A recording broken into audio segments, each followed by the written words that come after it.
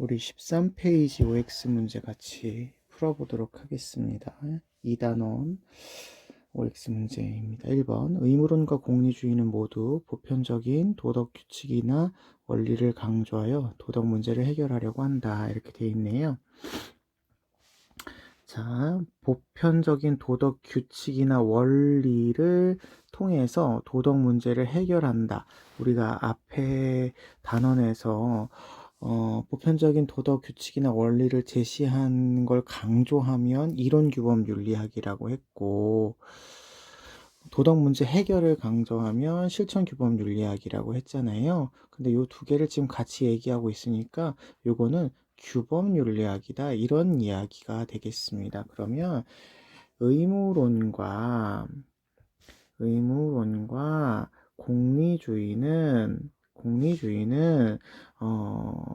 규범 윤리학이냐를 물어보는 문제다, 이렇게 생각하시면 되겠습니다. 그래서 요거는 둘 다 규범 윤리학의 범주에 들어간다, 이렇게 보셔야 되겠죠. 맞는 표현이 되겠고요. 2번 의무론과 공리주의는 모두 도덕적 행위자 내면의 도덕성과 인성이 중요함을 간과한다. 예, 이걸로 할까요? 도덕적 행위자의 내면의 도덕성과 인성의 중요성을 강조하는 것. 일단 강조하는 윤리학이 뭐냐 그러시면 요거는 덕윤리학의 특징이죠. 덕윤리학. 따라서 의무론이나 공리주의는 이런 부분을 강조하는 것이 아닌 것이 되는 겁니다. 그래서 의무론과 공리주의는 내면의 도덕성에 비해서 행위 자체에 관심을 갖죠. 행위에 관심을 갖는데, 공리주의의 경우에는 행위의 결과에 관심을 갖고요. 의무론 같은 경우에는 행위의 동기의 중요성을 강조하죠. 그래서 유용성을 강조하고 있는 공리주의나 의무를 강조하고 있는 의무론은 행위 자체를 강조하고 있고, 덕윤리는 행위자의 도덕성을 강조하고 있습니다. 그래서 이런 부분들을 간과한다 그러면 맞는 표현이 되겠습니다. 3번 의무론과 공리주의는 모두 도덕 판단의 기준이 되는 도덕 원리가 중요함을 간과한다. 아까 위에서 살펴보았듯이 보편적인 어떤 도덕 판단의 기준이나 원리를 우리는 도덕 규범이라고 해요. 도덕 규범이라고 하기 때문에 규범의 중요성을 간과하냐 그러면 규범 윤리학이 아니냐, 이런 말과 같기 때문에 두 개의 모두는 규범 윤리학에 해당하니까 간과한다 라고 얘기할 수가 없는 것이 되시겠습니다. 4번 문제 보시겠습니다. 덕윤리는 문제 상황에서 유독한 행위를 지속적으로 실천하여 잘못된 습관을 극복하는 것으로 이야기를 하죠. 맞습니다. 아까 말씀드렸다시피 행위자가 가지는 덕 있는 행위를 강조하고요. 한번 알았다고 해서 유독한 행위를 할 수 있는 게 아니기 때문에 꾸준한 노력, 지속적인 실천, 반복적인 학습, 이런 게 중요하다, 이렇게 이야기를 하고 계시죠. 그래서 요거 덕윤리에 대한 설명이 맞다, 이렇게 보시면 되겠습니다. 5번 보시죠. 덕윤리는 문제 상황에서 구체적인 상황과 관계없이 절대적인 도덕 원리에 따르라고 한다. 구체적인 상황에 따라서죠. 따라서, 관계없이가 아니라 구체적인 어떤 상황과 맥락을 고려해서 문제를 해결해야 된다를 강조하는 게 덕윤리이기 때문에 덕윤리는 공동체주의를 지향을 하고 있고, 공동체에서 강조하고 있는 어떤 관습이나 역사, 문화, 이런 것들을 중시하고 있죠. 그래서 관계없이 그러시면 덕윤리에 대한 설명이 아니다, 이렇게 볼 수가 있겠습니다. 6번 보시겠습니다. 덕윤리는 문제 상황에서 도덕적인 감정을 배제하고, 아닙니다. 도덕적인 감정을 따르라고 이야기하죠. 이성적인 명령에만 입각한 행위라고 보지 않습니다. 그래서 이것도 잘못된 선지가 될 것 같고요. 7번 덕윤리는 문제 상황에서 사회의 효용의 극대화를 행위의 기준으로 삼아 판단해라. 사회의 효용의 극대화를 강조하는 것은 일단은 공리주의의 맥락이죠. 공리주의. 그런데 덕윤리는 공동체주의에 가깝기 때문에 어떤 사회적인 효용이 산출되지 않아도 그 사회가 지향하는 가치, 그 사회의 어떤 역사와 맥락, 관계, 도덕적인 동기 이런 것들을 고려해서 판단을 하라고 이야기하죠. 그래서 이것도 잘못된 설명이다. 이렇게 얘기할 수 있겠습니다. 8번 덕윤리는 문제 상황에서 공동체의 전통보다는 개인의 선호에 따라서 판단하라. 아니죠. 아까 말씀드렸다시피 그 공동체의 어떤 관습, 전통, 역사, 문화 이런 것들을 훨씬 중요하게 여기는 공동체주의적인 특징이 나타나게 됩니다. 잘못된 설명이네요. 9번 문제 보시겠습니다. 칸트는 의무론에 해당하겠죠. 의무론. 실천 이성이 스스로에게 부과한 도덕 법칙을 따라야 된다. 그렇죠. 칸트는 우리 모두 우리 마음속에 실천 이성이 있어요. 그러니까 도덕적인 명령을 내리는 양심이라고 할 수 있는 실천 이성이 있고 이 실천 이성이 우리에게 거짓말을 하면 안 돼, 정직해야 해 라고 하는 명령을 내리죠. 명령을. 그래서 그 명령을 따라야겠다라고 하는 이 도덕 법칙을 세우고 그 도덕 법칙에 따라서 행동을 하면 도덕적이다. 이렇게 보고 있습니다. 그리고 그렇게 따라야 하는 게 인간의 마땅한 의무다라고 하니까 의무론에 해당하죠. 그래서 이거는 맞는 표현이다. 이렇게 보시면 되겠습니다. 10번 규칙 공리주의는 규칙은 결과가 아닌 그 자체로 도덕적 타당성을 지녀야 된다. 이렇게 얘기했는데요. 규칙 공리주의라고 해서 앞에 규칙이 붙기는 했습니다만 그래도 공리주의예요. 그래서 큰 틀에서 보면 공리주의 맥락에서 벗어나지 않거든요. 여기서 얘기하는 규칙이라고 하는 건 행위공리주의가 가지고 있는 문제점, 즉 도덕적인 상식에서 벗어난 행동이나 인간의 어떤 잘못된 상황에 놓이지 않도록 하기 위해서 판단을 잘 내리기 위해서 미리 최대다 최대 행복이라고 하는 결과를 도출할 수 있는 규칙을 정해 놓은 거죠. 그러니까 이미 이 규칙은 결과를 고려한 규칙인 거예요. 그래서 결과가 아닌 그러시면 잘못된 표현이다. 이렇게 보면 되겠습니다.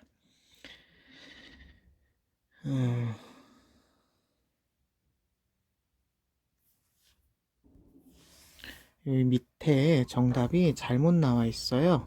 여기 밑에 여기 X로 고쳐주시면 좋겠습니다. X 되시겠습니다. 11번 보겠습니다. 행위공리주의는 혜택과 비용을 계산할 때 도덕적인 직관에 의존한다 이렇게 되어 있는데요. 직관이라고 하는 말이 계산하지 않고 그냥 딱 보면 아는 건데 혜택과 비용은 계산을 하는 거기 때문에 직관에 의존한다 그러시면 계산하지 않는다는 말과 같은 말이라고 보시면 됩니다. 그래서 잘못된 설명이에요. 12번 덕윤리는 공동선 실현을 위한 노력 없이도 유독한 사람이 될 수 있다. 일단 공동선을 실현해야 된다. 유독한 사람이 되어야 된다. 이런 것들이 덕윤리에서 강조하는 내용입니다. 그런데 아까 위에서도 보았지만 지속적으로 실천을 해야 돼요. 지속적인 노력이 있어야 되니까 이거는 잘못된 표현이라고 봅니다.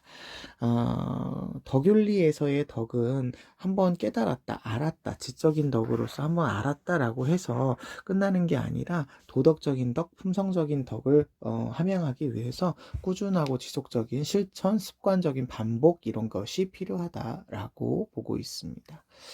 13번 덕윤리는 개인의 선과 공동체의 선이 양립할 수 있음을 깨달아야 된다. 당연히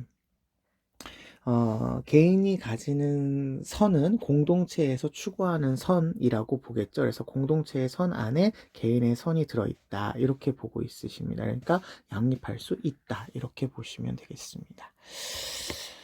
14번 행위공리주의는 공리의 원리를 규칙이 아닌 개별 행위에 적용해야 된다라고 본답니다. 네, 개별 행위죠. 규칙이 아니라 개별 행위에 적용하니까 행위 공리주의가 되겠죠. 맞는 표현이죠. 15번 공리주의는 공익 증진을 위해서 개인의 이익을 고려하지 말아야 한다.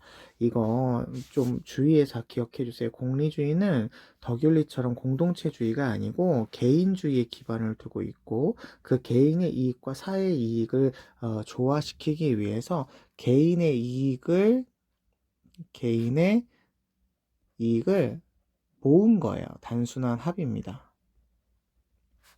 합을 공리라고 하는 것이라서 공익 자체를 증진시킨다라고 하는 동동체적인 어떤 목표를 가지고 있지 않습니다. 그래서 요 공익 증진을 목표로 하는 것도 잘못됐고요. 개인의 이익을 고려하지 말아야 된다도 잘못된 표현이라서 15번은 X 되시겠습니다.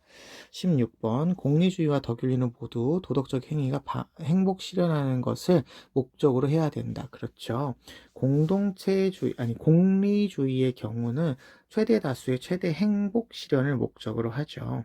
그러니까 이거 맞는 표현이고요. 덕윤리의 경우는 가장 대표적인 사람이 아리스토텔레스잖아요, 과거. 그래서 덕윤리의 경우에도 공동체 안에서의 행복 추구를 자아 실현의 가장 최종적인 목적이라고 보고 있습니다. 그러니까 행복을 실현하는 게 목적이다 이렇다고 한다면 둘 다 맞는 표현은 O 보시면 되겠습니다. 17번 칸트는 도덕 법칙의 형식으로 행위를 판단해서는 안 된다 이렇게 되어 있는데요. 칸트의 도덕 명령을 우리는 정언 명령이라고 하죠. 정언 명령이라고 하고, 다른 표현으로는 정언 명령 안에 보편화 정식과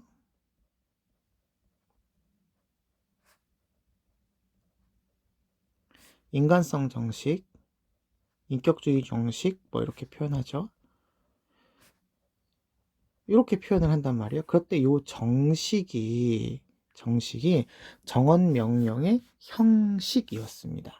즉 칸트는 보편적인 도덕 명령이 어떤 일정한 형식에 따라서 나타난다라고 보고 있어서 칸트의 어떤 윤리적인 특징 중에 하나가 형식주의라고 보고 있거든요. 이 형식에 맞으면 도덕적이고 이 형식에 맞지 않으면 도덕적이지 않다. 이렇게 보니까 형식으로 행위를 판단하는 거지 안 된다가 잘못된 표현입니다. 그래서 17번은 X 되시겠고요. 18번 칸트는 개인의 준칙은 보편적 도덕 법칙이 될 수 없다. 여기 보편화 정식이 있었잖아요. 칸트에 있어서는 도덕적인 어떤 행위 중에 하나로 개인이 세운 준칙이 보편화 가능한지를 따져보아라 이렇게 얘기를 하니까 보편화 가능한 건 도덕 법칙이 되는 거고 그렇지 않은 건 도덕 법칙이 될 수 없는 것 뿐이지 아예 될 수 없다는 아닌 거죠. 잘못된 표현인 겁니다. 19번입니다. 칸트는 어떤 행위가 도덕적이기 위해서는 오직 의무의식에서 비롯되어야 된다. 요거 좀 잘 기억해 주세요. 칸트는 어떤 행위가 도덕적이려면 반드시 의무의식에서 따라서 이루어져야 되는데 요 의무의식과 같은 표현으로 선의지를 쓰기도 합니다. 선의지. 그러니까 실천 이성이 명령한 걸 지키려고 하는, 준수하려고 하는 도덕 법칙을 준수하려고 하는 그런 의지를 선의지 혹은 의무의식 이렇게 얘기를 하고요. 오직이라는 표현을 써서 표현을 합니다. 그래서 이게 같은 표현이다 이렇게 알아두시고 오직이면 하나밖에 없어야 되는 거 아니야? 이렇게 생각할 수 있겠지만 같은 맥락이기 때문에 둘 다 맞는 표현이다 이렇게 기억해 주시면 좋겠습니다. 20번 칸트는 모든 이에게 적용 가능한 보편적인 도덕 원리가 존재한다. 여러분 이 말은 우리가 규범 윤리의 특징이라고 생각하시면 돼요. 모든 이에게 적용 가능한 규범이 도덕 원리가 존재한다. 이거는 규범 윤리의 특징이라고 보시면 됩니다. 그러니까 이것도 맞는 표현이고요. 21번 칸트는 문제 상황에서 공동체의 전통과 덕목에 부합하도록 행위하라. 아니죠. 이 공동체의 전통과 덕목에 부합하지 않아도 개인이 세운 양심과 준칙에 따라서 행동하시면 돼요. 그래서 이거는 X. 보통 공동체의 전통과 덕목에 부합하도록 행위하라 라고 하는 건 덕윤리에서 강조하는 거죠. 덕윤리에서. 그래서 21번은 X 되시겠고요. 22번 보겠습니다. 네, 22번 보겠습니다. 칸트는 문제 상황에서 자신의 감정이 아니라 보편적인 도덕 법칙에 따라 행위해라. 그렇죠. 칸트는 보편적인 도덕 법칙을 강조하면서 감정으로부터 비롯된 행위는 도덕적인 행위가 아니라고 이야기하니까 맞는 표현이 되시겠습니다. 23번 볼 차례인데요. 23번의 경우에는 조금 설명이 다르게 되어 있어서 요거는 삭제하도록 하겠습니다. 구글에다가도 제가 삭제한다고 올려드리겠습니다. 23번 넘어가시고요. 24번 보겠습니다. 공리주의는 문제 상황에서 공익이 사익의 총합보다 크다라는 것을 고려해서 행동하라고 조언한답니다. 여러분, 공리주의는 개인의 이익을 모은 거라고 말씀드렸죠. 개인의 이익의 총합입니다. 총합 이렇게 되기 때문에 크다가 아니라 공익이라는 게 개인의 이익을 합한 거기 때문에 크다가 잘못된 거죠. 같다 이렇게 하셔야 되겠습니다. 그래서 요거는 X에 대한 설명이 되겠고요. 25번 보겠습니다.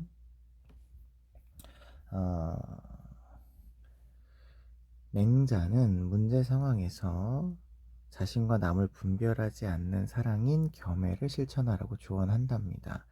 겸애가 분별하지 않는 사랑인데요.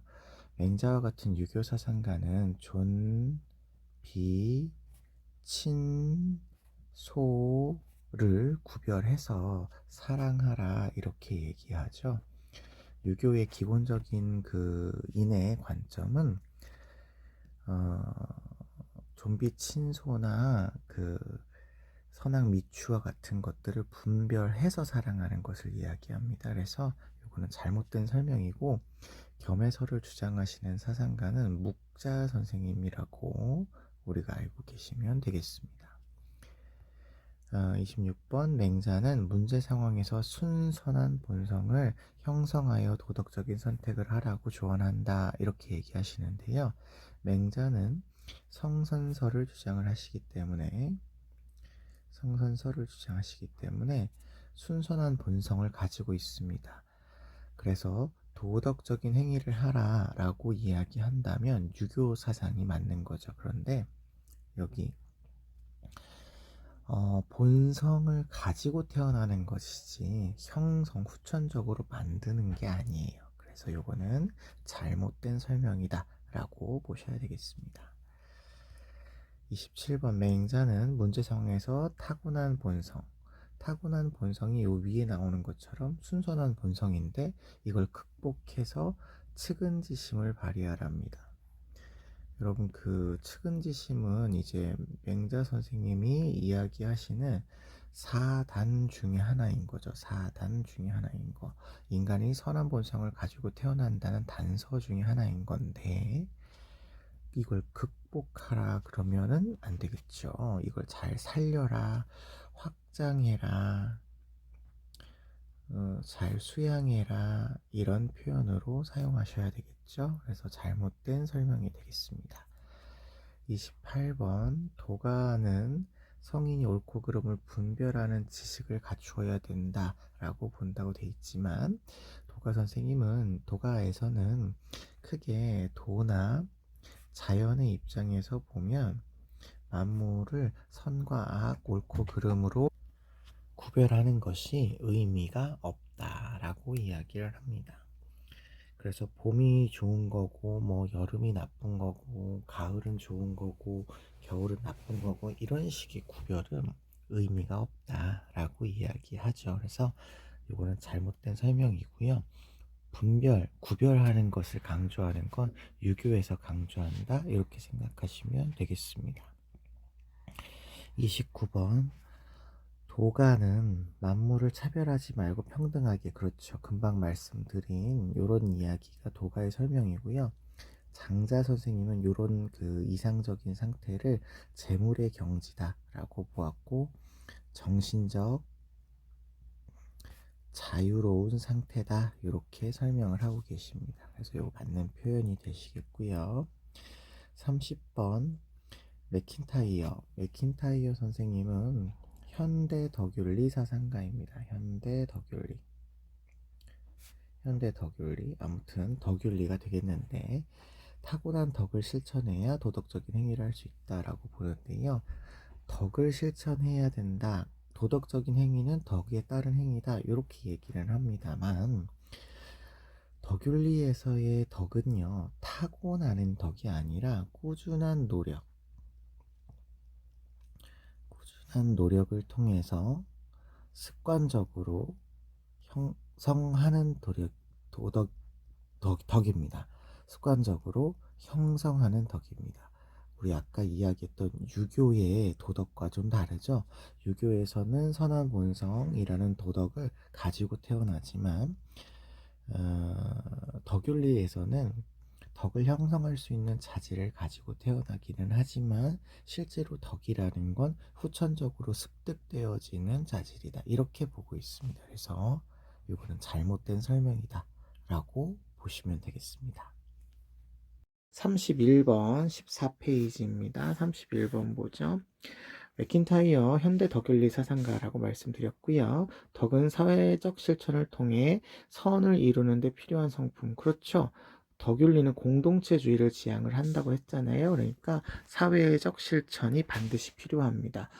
사회의 어떤 관습이나 문화 이런 것들을 실천하려고 하는 태도를 통해서 선을 이루는데 덕이라는 성품이 필요한 거다. 맞는 얘기죠.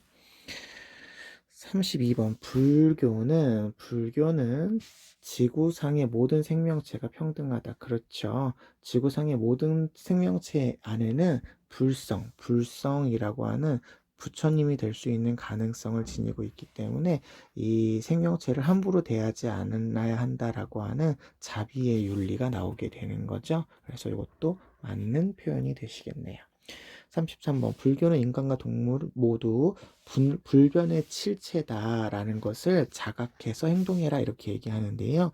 불교에서의 핵심 교리 중에 하나가 삼법인설인데, 삼법인설, 불교는 이런 거야 라고 인장을 찍어서 나타낸 기본적인 교리다 뭐 이런 뜻인데요. 이거 그냥 간단하게 축약하면 모든 만물은 변한다. 모든 만물은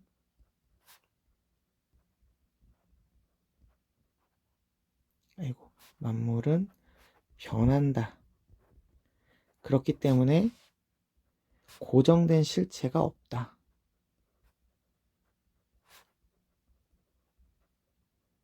이 말이거든요. 그래서 그 고정된 실체라고 하는 것에 집착하지 말아라. 집착을 하기 때문에 인간에게 고통이 온다. 이렇게 얘기를 하니까요.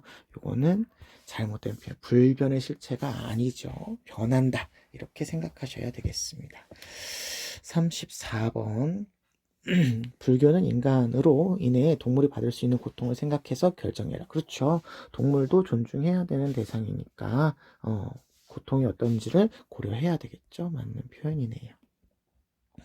35번 도가는 도를 체득하기 위해서 분별적인 지식을 쌓아야만 한다? 아니라고 말씀드렸습니다. 자연의 입장에서 보면 인간과 다른 만물들의 차이는 없는 거죠. 자연의 입장에서 보면 모두 평등하다. 이렇게 보셔야 됩니다. X. 36번 불교는 해탈하려면 만물의 상호 독립적인 실체임을 깨달아야 된다. 이렇게 얘기하시네요.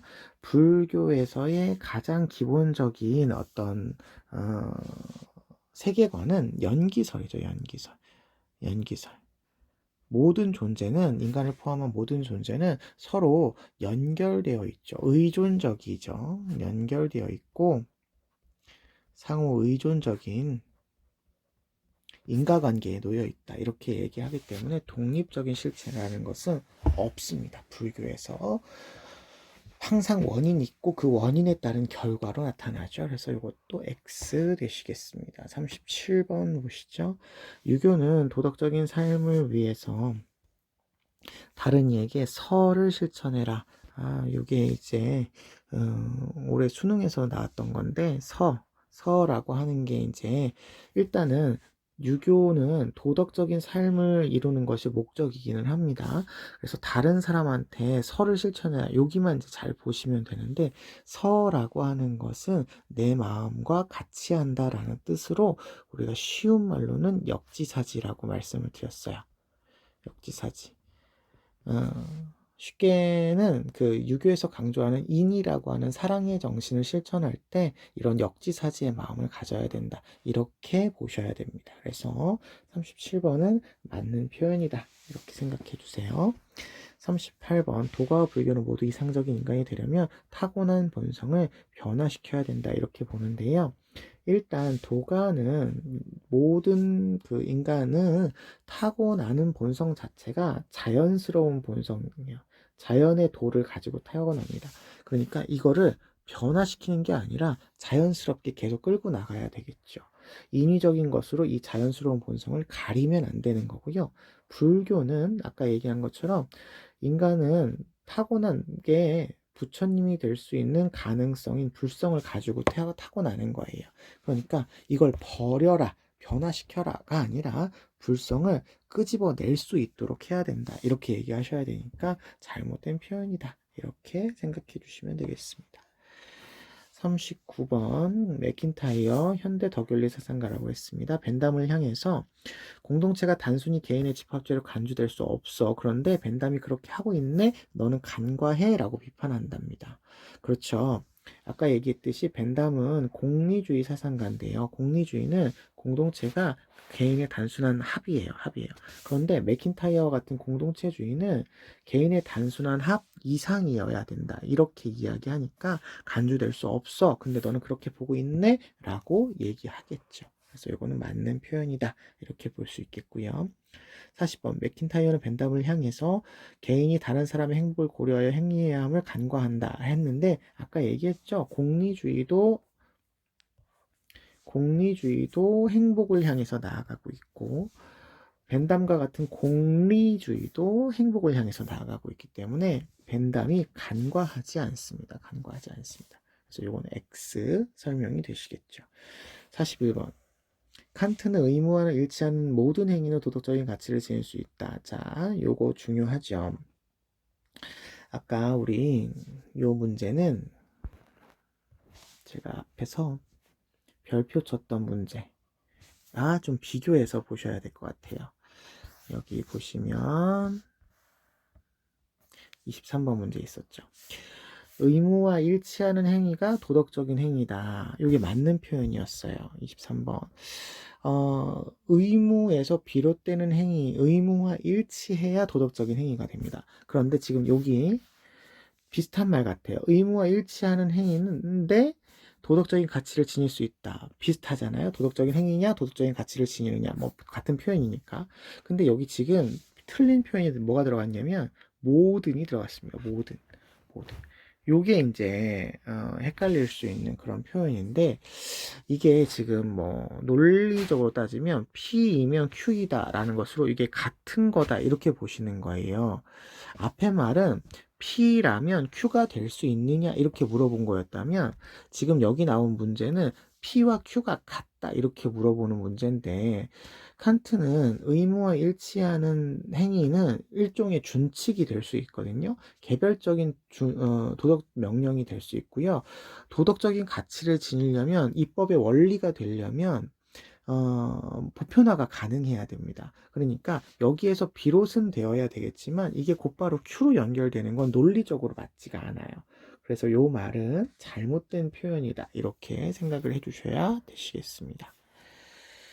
요거 아니다. 이렇게 기억해 주셔야 되겠죠. 물론 여기에서 비롯돼서 나가는 건 맞는 거죠. 예.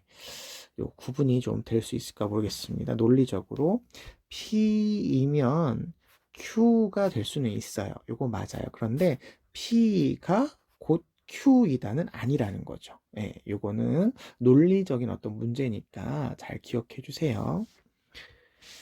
42번. 불교에서는 지속적인 수행을 통해서 불성을 형성해야 된다 이렇게 얘기한답니다. 아까 위에서 살펴봤는데 불성은 타고나는 거지 만드는 게 아닙니다. X이지만요. 오해하지 마시고 잘 들으셔야 되는데 이 불성을 타고났다고 해서 아무것도 안 해도 되느냐, 지속적인 수행을 안 해도 되느냐, 그 말은 아니에요. 지속적인 수행을 해야 되는 하는데 불성을 드러내기 위해서 수행을 하는 것이지 불성을 만드는 것이 잘못됐다 이런 이야기입니다. 43번. 불교에서는 원인과 조건이 없는 존재는 없다. 아까 연기설 말씀드렸죠. 모든 존재는 상호 의존적이다. 독립된 존재는 없다. 이렇게 말씀을 드렸습니다. 44번. 도가에서는 본성에서 벗어나 절대적인 자유 경지를 추구해야 된다. 절대적인 자유의 경지, 이걸 뭐 우리가 다른 말로 이야기하면 재물의 경지 뭐 이렇게 표현하기도 하는데요. 재물의 경지를 지향하는 거는 분명히 맞아요. 절대적인 자유의 경지를 가지고 있기 때문에 분별하지 않는 거 맞습니다. 그런데 앞에 설명을 보니까요. 본성에서 벗어나 이렇게 돼 있네요. 근데 우리 아까 위에서도 보았지만 본성에서 벗어난다? 이거 아니에요. 본성을 잘 지키는 거죠. 본성 자체가 자유롭고 자연적인 본성을 가지고 있기 때문에 벗어나는 게 아니라 그걸 잘 지키는 거다 이렇게 보셔야 돼서 이거는 X가 될 것 같습니다. 45번. 불교에서는 집착에서 벗어난 자신의 경제적 이익을 위한 삶을 강조한다. 이게 지금 섞여 있어서 그런데요. 일단 집착에서 벗어나야 된다가 틀리지 않습니다. 탐진치라고 해서 집착이나 욕망 이런 것들이 무지함 이런 것들이 인간에게 고통을 준다라고 해서 이런 것들은 벗어나는 게 맞습니다. 그런데 경제적인 이익을 위한 삶을 강조하진 않죠. 경제적인 이익을 위한 삶은 결국 욕망, 욕구를 추구하는 삶이기 때문에 이런 것들이 오히려 인간을 고통스럽게 하니까 뒤에 있는 표현은 잘못된 표현이다. 이렇게 생각해 볼 수 있겠습니다. X. 46번. 칸트는 정직한 행위가 도덕적인 의무에 맞기만 하면 된다. 아까 우리 41번하고 똑같은 문제예요. 정직한 행위, 이건 정직한 행위야. 이렇게 얘기하는데, 이게 이제 도덕적인 의무에 맞기만 하면 된다. 이렇게 되어 있어요. 자, 의무에서 비롯되는 행위, 의무와 일치하는 행위라고 해서 정직한 행위라고 나와 있는데, 이게 맞기만 하면 된다라고 하는 표현은 무조건 P이면 무조건 Q가 된다. 이런 말이에요. 근데 아까도 얘기했지만, 정직한 행위가 도덕적인 의무고 여기에서 도덕적인 행위가 나오는 것은 맞지만 반드시 그런 게 아니라 그랬죠. 보편화가 가능해야 된다. 이렇게 얘기했으니까 이게 맞기만 하면 된다. 이 말이 잘못된 표현입니다. 그래서 요거는 좀 잘 기억해 주세요. 지금 41번, 46번 그리고 앞에 나와 있는 23번 문제가 서로 다 비슷한 것 같지만 논리적으로 이게 서로 다른 어떤 맥락에서 접근을 해 주셔야 됩니다. 46번 잘 기억해 주셔야 되시겠어요? 47번. 칸트는 경향성이 섞이지 않은 순수한 도덕적 동기에 따라서 행동해라. 맞죠? 칸트는 행위의 동기를 강조한 사람입니다. 순수한 그것도 동기를 강조한 사람이고 결과를 고려하거나 감정에 치우치지 않는 행위를 하는 것이 도덕적이다라고 보니까 이거는 맞는 설명이 되시겠습니다. 48번. 유교는 인의 출발점인 무차별적인 사랑을 행해야 된다라고 했는데 아까 설명드렸다시피 무차별적인 사랑은 겸애라고 해서 묵자가 주장하시고 있는 내용이고요. 유교는 존비, 친소를 구별하는 사랑을 하죠.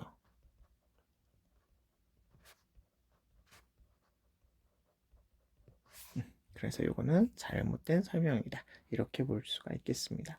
49번. 불교는 고정불변의 실체가 있음을 깨달아야 된다라고 되어 있네요. 우리 아까 풀어봤지만 모든 존재는 고정불변한 실체가 없습니다. 만물은 변하고 있고 고정불변한 실체가 없어요. 그래서 실체가 있다. 그러면 이거는 불교의 얘기가 아니다. 이렇게 보셔야 되시겠네요. 49번에는 X. 50번. 칸트는 좋은 결과를 산출한 행위도 옳지 않은 행위가 될 수 있다. 칸트는 아까 결과가 중요하다 그랬어요? 동기가 중요하다 그랬냐? 요거 아까 동기가 중요하다 이렇게 했죠. 그러니까 결과가 좋은지 나쁜지는 상관이 없어요. 결과가 좋을 때 좋은 행위일 수도 있지만 결과가 좋을 때 나쁜 행위일 수도 있다라는 거죠. 그래서 옳지 않은 행위일 수 있다라고 하는 건 맞는 표현이죠. 옳은 행위일 수도 있어요. 그러니까 결과를 기준으로 삼지 않는다. 이렇게 보셔야 되시겠습니다. 그래서 이건 맞는 표현이고요. 51번. 칸트는 그 자체로 선한 의지, 아까 선생님이 말씀드렸죠. 실천 이성, 선한 의지, 같은 의무 의식, 뭐 다 같은 표현입니다. 그래서 이런 것에서 비롯된 행위는 옳은 행위다. 여기 비롯된, 여기에서 출발한 뭐 이런 거예요. 그러니까 이런 거는 옳은 행위다. 이렇게 보시면 되시겠습니다. 칸트는 조금 주의 깊게 여러분이 잘 봐주셔야 될 것 같아요. 헷갈릴 수 있으니까. 53번. 벤담은 정신적인 쾌락은 감각적인 쾌락과 달리 양적 개선이 불가능하다. 이렇게 본답니다. 벤담은 공리주의 사상가 중에서도 양적 공리주의 사상가이고요. 쾌락에 질적 차이가 없다. 질적 차이가 없다. 그러니까 정신적 쾌락, 감광적 쾌락 이렇게 구분하지 않습니다. 그러니까 이거는 잘못된 거고요. 양적으로 모두 계산이 가능하다. 이렇게 보셔야 되시겠죠. 양적 공리주의니까요. 53번. 벤담과 칸트는 모두 행위 옳고 그름을 규정하는 보편적인 원칙은 존재한다. 보편적인 원칙이 있다라는 말 자체가 제가 아까도 말씀을 드렸다시피 보편적인 규범이 있다라는 뜻이에요. 예를 들어서 칸트의 경우에는 정언명령이라고 하는 보편적인 원칙이 있는 거고 벤담은 최대다수 최대 행복이라고 하는 보편적인 원칙이 있는 거죠. 그러니까 이거 규범 윤리냐를 물어보는 거다. 이렇게 생각하시면 이거는 두 사람 모두 다 맞다라고 대답할 답입니다. 54번. 장자는 도가사상가죠. 자연의 섭리에 순응해야 돼요. 선악을 객관적으로 분별. 앞에 자연의 섭리에 순응하는 건 맞죠. 이게 인간의 본성이고 자연의 본성이니까. 근데 선악을 분별하는 건 잘못된 겁니다. 선도 악도 자연의 입장에서 보면 차별하지 않고 객관적으로 존재하지 않는 거예요. 상대적인 거라고 봅니다. 그래서 이거 X라고 생각해 주시면 되겠고요. 55번. 장자는 마음을 비워 깨끗이 하고, 요 마음을 비워 깨끗이 하는 수양의 방법을 장자 선생님은 심재라고 불렀습니다. 심재. 요 맞는 표현이고요. 타고난 본성에 따라 살아야 된다. 타고난 본성 자체가 자연의 본성인 거죠. 자연스러움. 그러니까 요 앞뒤 모두가 맞는 표현이다. 이렇게 볼 수 있겠네요. 56번. 장자는 세속을 초월해서 무엇에도 얽매이지 않는 삶을 추구해야 된다. 네. 이게 약간 세속을 초월해서 무엇에 얽매이지 않는 삶, 이게 조금 우리가 뭔가 조금 애매할 수 있는 것 같다. 이렇게 생각을 하지만, 장자는 거의 그 소요유나, 정신적 절대 자유의 경지,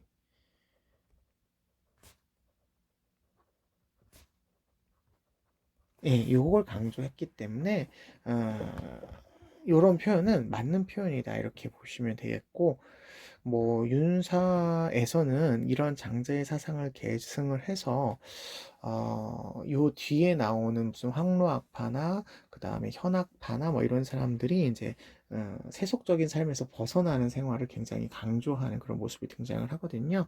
어쨌든 자연의 입장에서 보면 세속은 인위적인 거잖아요. 인간들이 만들어 놓은 어떤 제도와 어떤 규범이 있는 사회이기 때문에 여기에 얽매이지 않아야 된다 이렇게 얘기할 수 있을 것 같아요. 56번은 맞는 표현이라고 보시면 되겠고요. 57번. 칸트는 거짓말을 해도 된다는 준칙은 보편화될 수 없다? 왜요? 인간이 세운 준칙은 보편화가 될 수도 있고 안 될 수도 있는 거죠. 보편화가 가능해야 된다 이렇게 보는 거니까 안 된다 이렇게 얘기할 수는 없어요. 그래서 요거는 X가 되겠죠.